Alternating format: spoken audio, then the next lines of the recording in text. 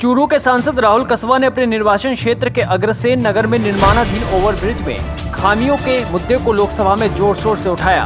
कसवा ने लोकसभा में मुद्दा उठाते हुए कहा कि इस ओवरब्रिज का निर्माण भारत सरकार के रेलवे मंत्रालय और राज्य सरकार के द्वारा संयुक्त रूप से हो रहा है और इस प्रोजेक्ट में रेलवे की 20% भागीदारी है।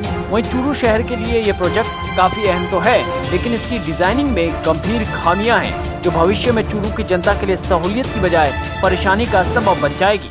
सांसद ने कहा कि ओवरब्रिज 4 लेन बनना था, लेकिन नियमों को ताक पर रखते हुए टेंडर प्रक्रिया के बाद में इसके डिजाइन को बदला गया और आधा ओवरब्रिज 4 लेन तो आधा 2 लेन कर दिया गया, जो भविष्य में गंभीर दुर्घटनाओं का कारण बनेगा।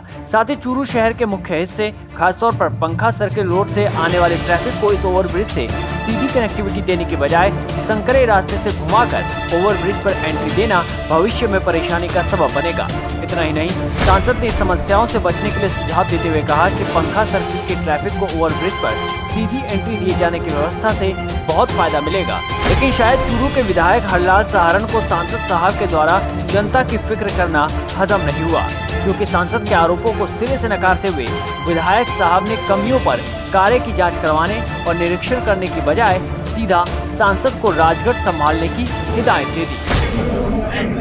हमने पिछली बार वसुंधरा सरकार में शिलान्यास किया, माननीय राजगढ़ साहब मैंने, उसके बाद 5 साल ये कांग्रेस सरकार ने 1 पैसा नहीं दिया और हमारी सरकार बनते ही जल्लाल जी ने 98 करोड़ रुपए पास ला के पहला काम उनको ये मैंने सौगात दी माननीय राठौड़ साहब के साथ जाके। और अब जब हम काम कर रहे हैं उसमें निश्चित सूचीकरण कर रहे हैं, मैं सांसद महोदय को कहना चाहूँगा कम से कम राजगढ़ तो संभाल लो।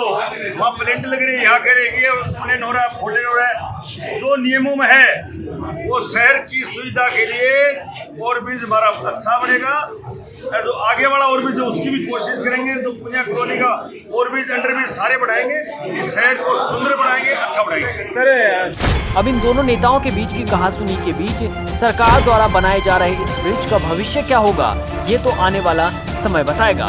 लेकिन चूरू की जनता इस पूरे मुद्दे पर कमेंट बॉक्स में अपनी राय जरूर बताए।